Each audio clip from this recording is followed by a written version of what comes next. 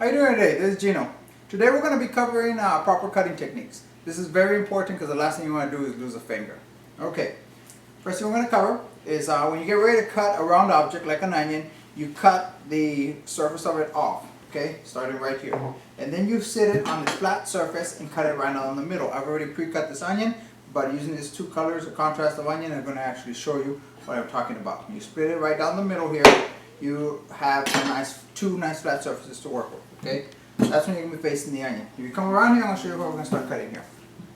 Okay, there's three basic types of dice when you're dicing up an onion or you're dicing up tomato. It's a small dice, which is a 1/4 inch dice, a medium dice, which is a 1/2 inch, and a large dice, which is a 3/4 of an inch. Here we're going to be doing a 1/4 inch dice. How we're going to do that is we're going to follow the ribs. If you look at the onion, it has a bunch of ribs going down the onion, and we're going to go ahead and be cutting along them. Now if you notice, I am curving my fingers up underneath my knuckles, just as so. Very important that you always hold an object in this method and you let the blade of the knife sit up against your knuckles. This is important because if you get distracted for just a second and you turn away, you'll keep your fingers from being cut. Okay? Your thumb is directly below your fingertips, just like so. And you hold the object. Now, this is an awkward position to hold something. It's not going to be easy the first time you hold an object this way, but after time, it's going to get easier. Okay? So, what I would recommend is start slowly. Okay? Take your time cutting this, holding objects in this manner until you get used to it. And then after a while, you won't have to worry about that. And you'll start getting, with time, speed comes with time, basically. Okay. So, and this is this. Okay, if you notice here, once it's broken up, you'll notice the small, tiny dice cuttings we made here. Okay. And that is your small dice right there. Okay, let's move on to the next object here. Let me get this cleaned up and out of the way.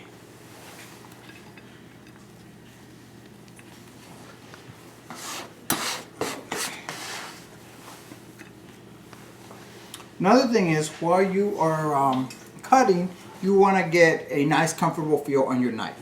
Okay? Next thing I'm going to be cutting here is some tomato. Same thing, like I said with the onion, round object. I'm going to go ahead and cut the end off. Put it on its flat surface and then start cutting the sides off.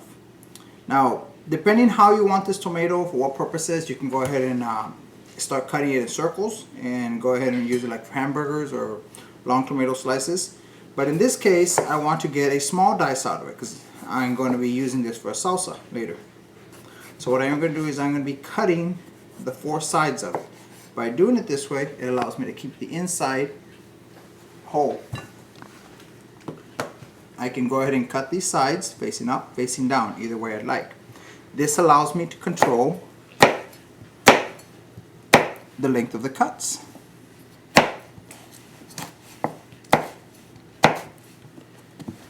Just like this.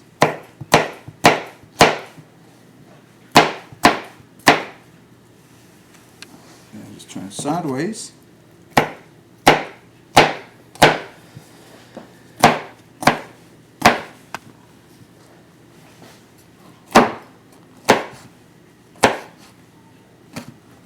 Like I said, like everything, it's just a matter of practice. So with time, the more you practice it, the more comfortable you'll be at doing this. Cilantro, I have previously diced before, and down here. Cilantro, I have previously diced before. Cilantro, you can go ahead and just take the head of the bushel and do a fine mince, or you can do a rough chop or medium. And that's just how many times you're going to chop it repeatedly. Okay. Garlic.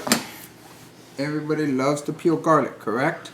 I know a lot of people out there that end up peeling this and little by little like this, and they hate it. Well, there's an easier way, believe it or not. Just put the garlic down, put your knife right over it, hit it, okay? What that's going to do is that's going to smash it and the outer skin, the outer coverings is just going to come right off. See how easy that was? Pick out whatever pieces fell off the board, and it was that easy to remove it. Okay. Garlic activates the minute you smash it. So the minute you crush it, it's starting to activate. That's why you can actually start smelling the aroma of it and everything as soon as you do this. Okay, you smash it down once again, just like I did, and this is going to allow you to make even to mince it up. Okay, you can continue to mince this and smash it and mince it and smash it all the way down to where you get a paste.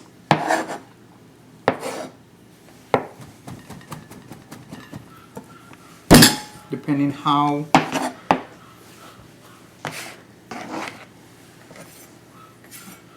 minced up you want it. And for the purposes of what I'm going to use it for, which is going to be a salsa a little bit later, that is about as much as I want to mince this. Okay, and that pretty much covers basic cutting techniques. Remember, curve your fingers underneath, hold the knife up against your knuckles, and make the cuts in this way with a comfortable hold of the knife. This will keep you from cutting your fingers off. Fingertips.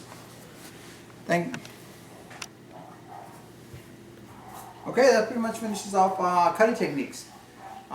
Thank you very much for watching.